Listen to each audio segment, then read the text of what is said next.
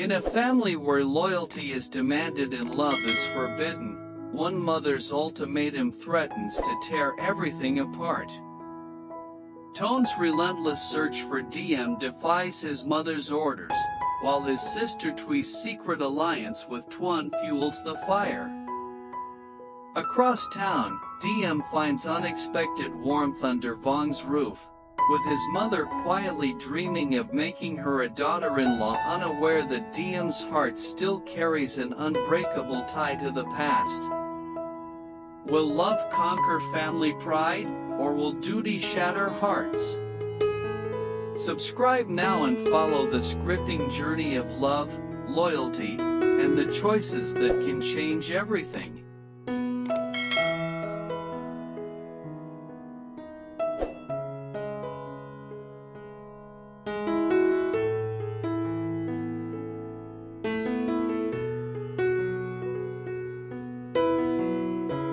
The late afternoon sun slanted through the high windows of the Nwin family's villa, painting the polished marble floor in gold. It was quiet, too quiet, until the sharp click of high heels echoed from the hallway. Mrs. Nwin, Toan's mother, entered the grand living room with her phone still clutched tightly in her hand. Her usually composed expression was now set in an icy mask. She had just hung up a call from the man she had hired to discreetly follow her son, and the news she received was like a spark thrown into dry tinder. Her informant's voice still rang in her ears. "Madam, it's the same every day. Young Master Toan leaves early, searches all over the city, and spends hours wandering, asking anyone who might know where Miss Diem is. He hasn't been to the company in nearly a week. His work is piling up, and people are beginning to talk." Mrs. Nwin's lips tightened. The veins in her hand pulsed as she gripped the phone harder. She had spent years building the family's business, ensuring the Nwin name commanded respect. And now, her own son was jeopardizing it all over a woman she had explicitly told him to stay away from. But the day's bad news didn't end there. Another report had reached her ears that very morning, this time from a relative. Her eldest daughter, Thui, had been secretly meeting with Toan, offering him support both financially and emotionally. Toan, a man Mrs. Nwin had long considered a threat to the family's stability, was someone she had forbidden her children to associate with. And yet Thui, her own flesh and blood, had defied her. She could feel the sting of betrayal burn through her chest. The mother in her wanted to believe her children were simply misguided, that they could be reasoned with. But the matriarch in her, the woman who had fought tooth and nail to keep her family strong, knew she had to act decisively. With a quick, sharp movement, she pressed a button on the intercom, her voice cutting through the air. "Thui. Toan. Come to the living room. Now." Minutes later, both siblings arrived.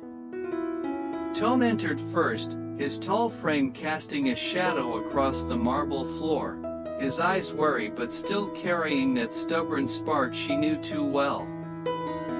Thui followed, poised and elegant as always, though there was a guarded look in her eyes. Mrs. Nwin stood at the center of the room, her back straight, her presence radiating authority. Without offering them a seat, she spoke, her voice firm, controlled, and sharp as glass. "I have been patient. I have watched. And I have hoped that both of you would come to your senses," she began, her gaze moving from one child to the other. "But my patience has limits.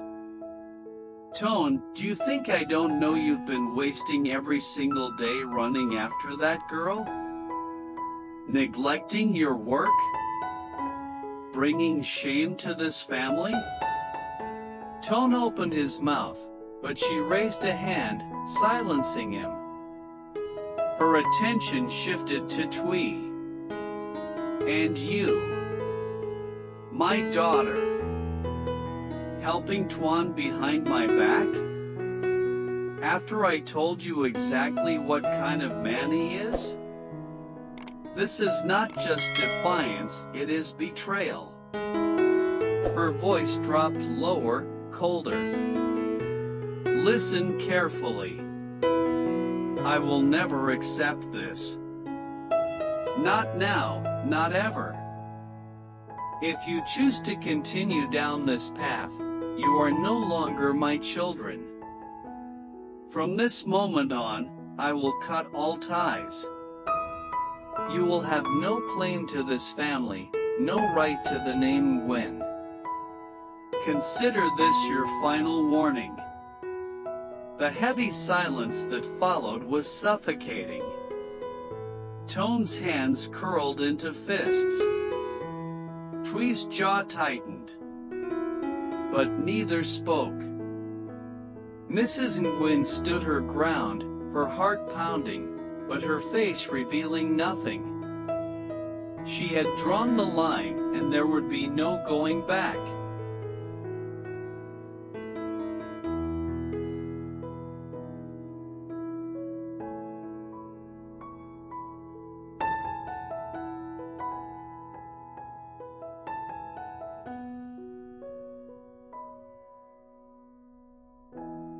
The silence after her declaration felt like a living thing, thick, oppressive, and unyielding. Toan stood there, his gaze lowered to the polished marble at his feet, but the tension in his shoulders betrayed the storm brewing inside him. His hands, still clenched at his sides, seemed ready to spring into motion, yet he remained frozen.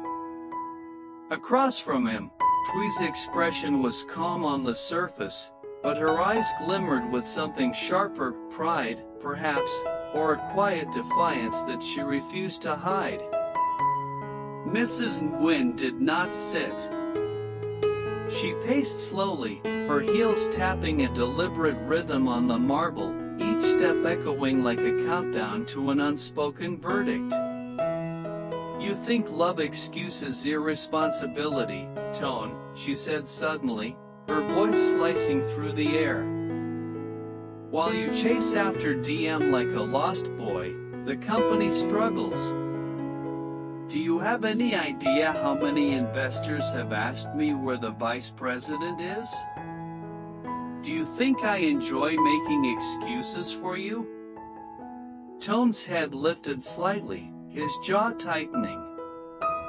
Mother, this isn't about the company. This is exactly about the company, she snapped, her voice rising for the first time. Everything you have, everything you are, comes from the sacrifices I made. And yet you would throw it all away for a woman who brings nothing but complications to this family. Thuy took a small breath, as if preparing to speak, but Mrs. Nwin turned on her with the precision of a hawk spotting prey. And you, Thuy. I thought you, at least, understood the weight of our name. But instead, you choose to aid Toan? A man who has done nothing but take advantage of others? Do you think I don't see what's happening? Every bit of help you give him is a rope he will use to pull this family into ruin. Thuy's lips curved into the faintest hint of a smile, not mockery, but the kind that comes from someone unwilling to apologize for their convictions. Sometimes, Mother, she said softly, helping people isn't about profit or name. It's about doing what's right. The words hung in the air like a challenge. Mrs. Nwin's eyes narrowed, her voice dropping into a tone that was even more dangerous than her anger. Do you think your righteousness will feed this family? Do you think it will keep this house standing? She took a step closer to her daughter. You will learn that the world does not reward idealists. It devours them. Toan's voice finally broke through, steady but simmering. Maybe that's a risk worth taking. Maybe you're wrong about Diem. She's not what you think. Enough, Mrs. Nwin said, her hand slicing through the air. The finality in her tone was like a closing door. I will not debate this. I will not be swayed by pretty words or foolish emotions. You have both heard me. If you continue down this path, you do so without me as your mother. I will cut you out of my life, and the consequences will be yours to bear. The room felt colder somehow, as though her words had sucked the warmth from the air. Neither Toan nor Nwin replied. They stood rooted in place, bound by an invisible mix of loyalty, defiance, and the weight of a choice they were not ready to make. Mrs. Nwin, having delivered her ultimatum, straightened her back and turned toward the large window, staring out at the fading sunlight. To her, this was not cruelty, it was necessity. But as the shadows lengthened across the room, she could not ignore the faint, almost imperceptible ache in her chest. For all her strength and resolve, she knew that some lines, once crossed, could never be walked back.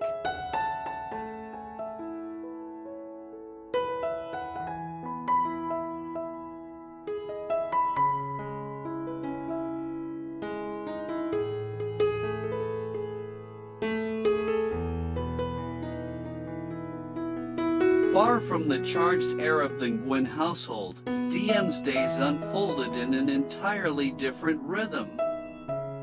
The small garden of Vong's family home was alive with the scent of blooming jasmine, the soft hum of cicadas weaving through the warm afternoon air. Here, there were no sharp words, no unspoken ultimatums, only a quiet, steady kindness that seemed to wrap around her like a comforting blanket. Mrs. Tran, Vong's mother, had a way of making her feel less like a guest and more like a long-lost daughter returning home. She would fuss over Diem at mealtimes, insisting she take an extra bowl of soup, or drape a shawl over her shoulders if she caught even the slightest breeze. "You're too thin, dear," she would say, her voice carrying both concern and affection. "A daughter-in-law of this house must be strong." The words were delivered lightly, almost teasingly, but they lingered in the air, carrying a weight Diem couldn't entirely ignore. Diem, for her part, tried to tell herself it was just the older woman's nature to be nurturing. Yet, the way Mrs. Tran's eyes softened when she looked at her, or the subtle pride in her voice when introducing Diem to visiting relatives, hinted at something more, a quiet hope that she might one day become a permanent part of their family. And it wasn't just Mrs. Tran. Diem had begun to notice small things about Vuong himself, how he always seemed to be nearby when she needed help, the way he'd carry heavy baskets from the market without being asked, or how his voice grew gentler when speaking to her. Sometimes, when she caught his gaze lingering just a heartbeat too long, there was a warmth there that unsettled her, not unwelcome, but unfamiliar.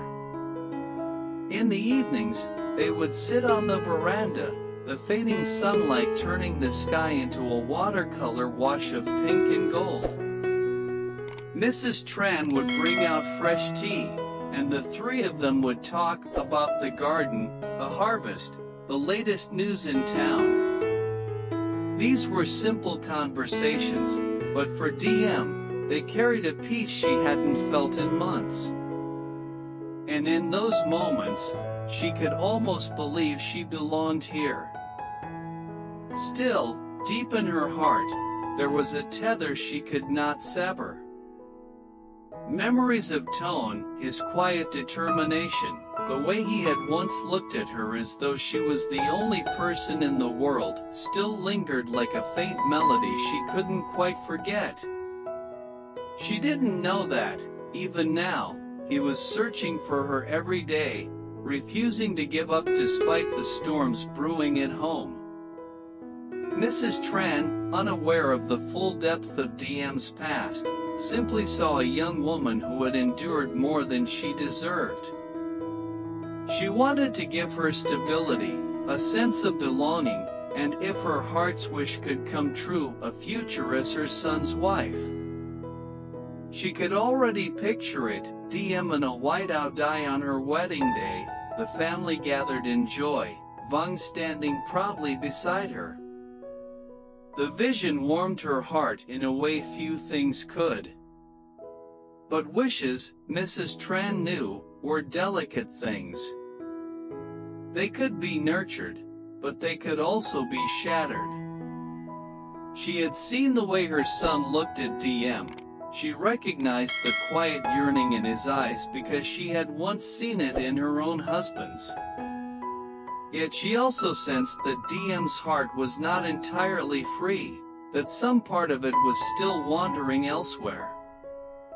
As the night deepened and the lanterns in the garden began to glow softly, Mrs. Tran poured another cup of tea for Diem and smiled, her eyes filled with a mixture of affection and silent hope. Whether her dream would come true was uncertain, but in this house, under this roof, she would do everything she could to make Diem feel like she was already part of the family.